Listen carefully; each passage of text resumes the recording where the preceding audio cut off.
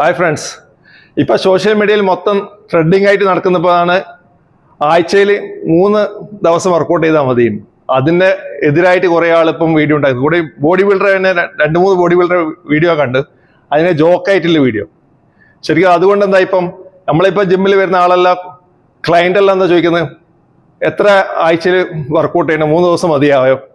പക്ഷെ സത്യം പറഞ്ഞാൽ അങ്ങനെയല്ലാണ് നമ്മൾ ഇപ്പം കോമഡി എല്ലാം ചെയ്യേണ്ടത്. ശരിക്കും റീകവറിങ് എത്ര ദിവസം ഓരോ പാർട്ടിന്, അതാണ് മെയിൻ അറിയുന്നത്. ബോഡി നമ്മളെ വർക്കൗട്ടിന്റെ റീകവറിങ് എത്രയാണ് വേണ്ടത് ബോഡി വർക്കൗട്ടിന്റെ.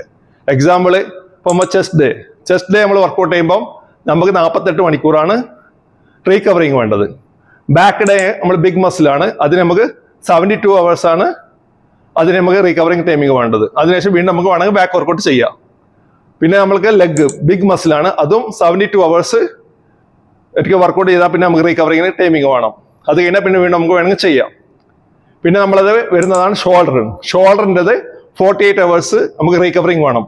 പിന്നെ നമ്മളെ ബൈസെപ്സിന് ചെറിയ മസിലാണ്, 4 hours മതി. ട്രൈസസ് ബിഗ് മസിലാണ്, അക്കോർഡിംഗ് ബൈസെപ്സിനനുസരിച്ച് ട്രൈസസ് വലുതാണ്, അതിന് നമുക്ക് വേണ്ടത് 48 hours ആണ്. പിന്നെ ആബ്സ് 24 hours മതി. എൻ്റെ ഒപ്പീനിയൻ 24 hours കഴിഞ്ഞ ശേഷം വേണം വീണ്ടും ആബ്സ് ചെയ്യേണ്ട ആവശ്യമില്ല. എന്നാൽ നമ്മൾ കോർ എല്ലാ വർക്കൗട്ടിലും എൻഗേജഡ് ആകുന്നതുകൊണ്ട് വീക്കിലി 2 to 3 times ചെയ്താൽ മതി. ഓക്കെ.